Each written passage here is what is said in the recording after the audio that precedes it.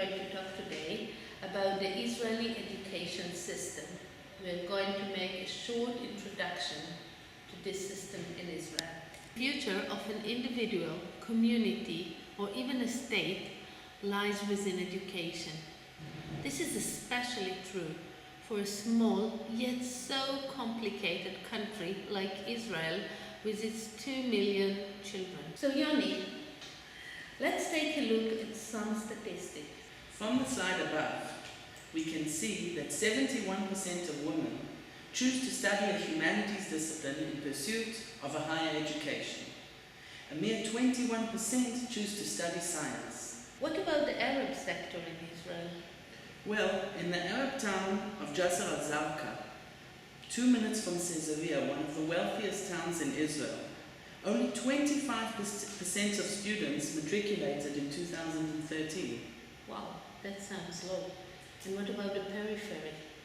If we will look at the town of Lod, for example, only 44% matriculated, while in Ra'anana, one of the wealthiest towns in Israel, 85 did so. In Israel, there is the ultra-Orthodox sector.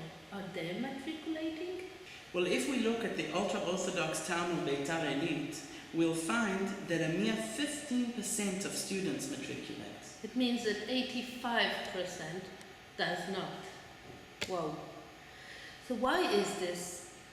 In order to better understand these scholastic gaps and what they mean, we first need to take a closer look at how the Israeli educational system works and who studied in it.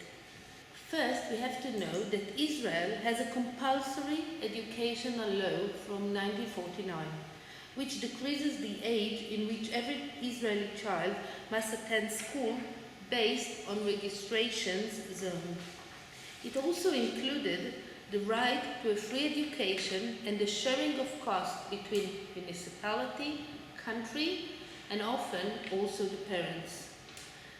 The educational life cycle of a child is in 4 stages. A child starts with a kindergarten, which is mandatory in Israel from the age of 5.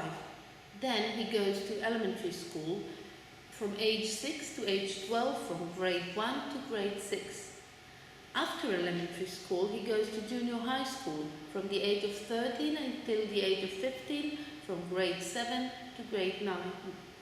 And then he goes to high school, which is the ages of 16 to 18, grades 10 to 12. Usually in Israel, junior high school and high school are at the same school, and often they also have the same educational team. The following slide illustrates the number of children in the system according to the age group. Kindergarten houses 21% of the children in the system. Primary school, being a 6-year span, is home to 46%. Junior high school is 14% and high school 19%. The latter two together make up 33% of the children in the system. In a closer look, we can see that in primary school there are 274,000 students, more than in post-primary school, indicating a growth in population. On average, 75% of the children study in the Hebrew education, while 25% of the children study in the Arabic education.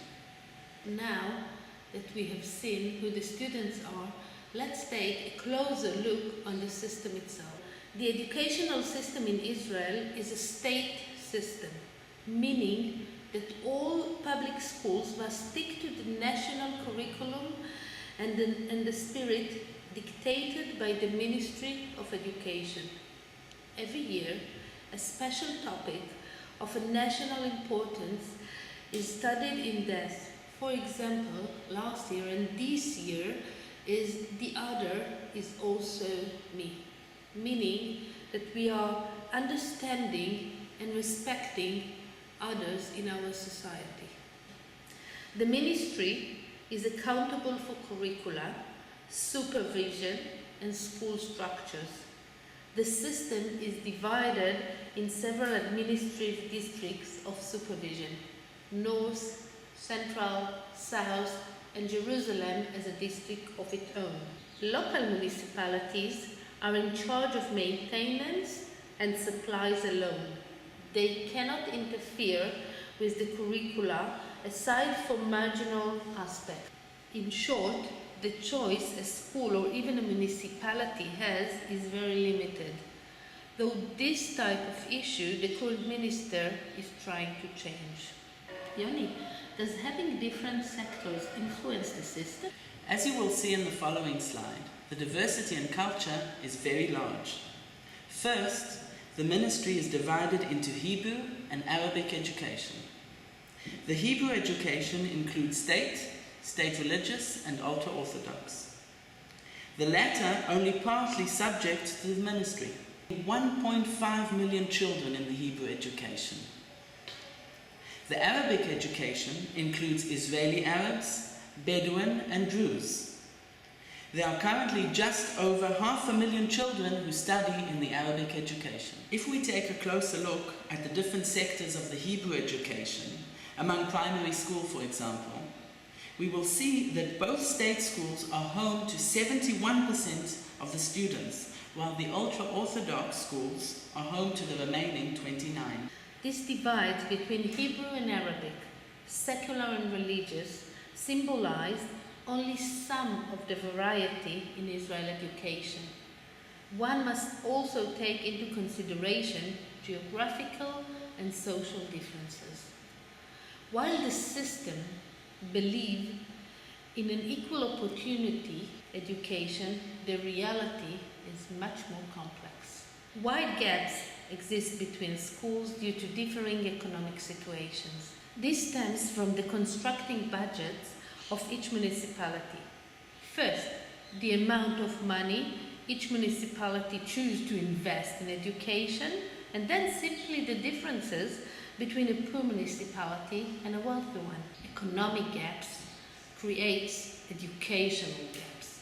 This leads to lack of specialist teachers, conditions for the educators, and of course, the enormous culture and social diversity. The same applies to parents. How much they are asked to invest and how much they simply can invest. Added to this are the extra classes and enrichment activities or lack of them. Which children are privileged to benefit from such things, and what impact do they have on child's development and ambitions? You also have to take into consideration the aliyah made by Jews all around the globe. Since 1950, Israel has been home to more than 2.5 million olim, increasing the school population dramatically.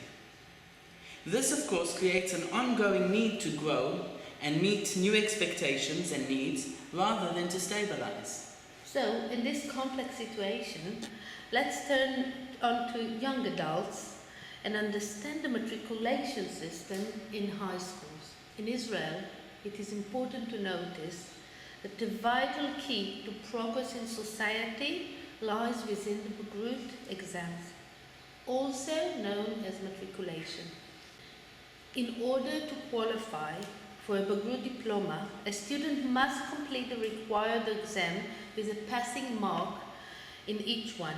The Bagrut exams takes place in high school during the last 3 years or 2 years of secondary education. Students take exams in 2 categories. One is the core state subject like Bible, Hebrew, Math, English, Literature, History and Civics. 7 subjects which contain altogether 16 points. The other thing is the major. You have to major at least one choice. It can be physics, math, art, literature. Major means 5 points. Often, students choose 2 majors or even 3 majors. The higher the quality of the level of diploma, the more options the student will have when he will apply to university. Looking at the chart from right to left, it is evident that the percentage of matriculating students has improved over the years though simply remained too low, with around half of the population not matriculate. One can complete high school without matriculation, though he or she will have to complete their missing exams later on if they desire to further their education or even simply to go into a career. Though nowadays having a diploma is simply not enough. The second priority is the quality of the diploma, taking into consideration the number of units in English, maths, and the chosen major. A quality diploma allows entrance into high-demand universities and faculties and is therefore the first step regarding access to higher education. But this is not all. A further necessity in order to be accepted into university is to take the National Psychometric Exam, which is similar to what you have at the state as SAT. The psychometric exam takes place 5 times a year and tests students in 3 fields: English, quantity, and verbal.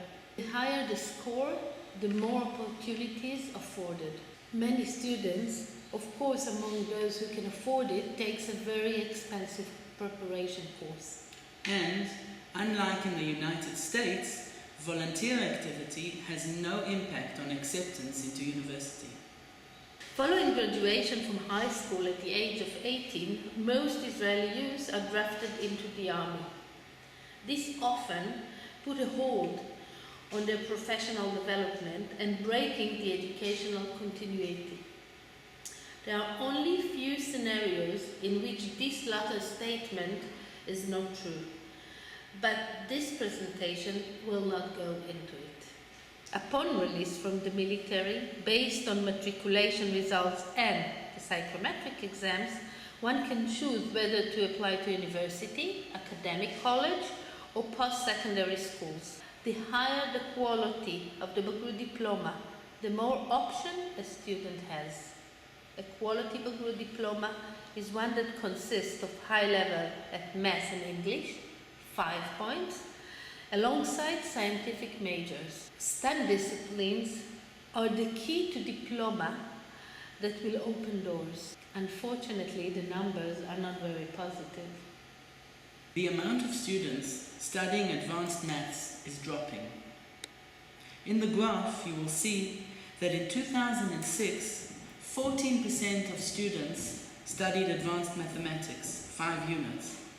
But in 2014, this year, only 9% are doing so. And opportunities for marginal and disadvantaged societies are less. In 2012, 66% of students who majored in physics were male, while only 34% are female. 87% of students who majored in computer sciences were from the Hebrew education, while only 13% were from the Arab sector. And only 5.4% of the students in one of the social periphery cities we work in studied 5 units of mathematics. Only 5 minutes from Tel Aviv, at the heart of Israel. So, going back to the statistics presented at the start, let's think. If under half of the children in Ofakim simply matriculate, how many will further their education? How many will develop a career? What about a young woman from Ofakim or an Ethiopian one? What are their chances?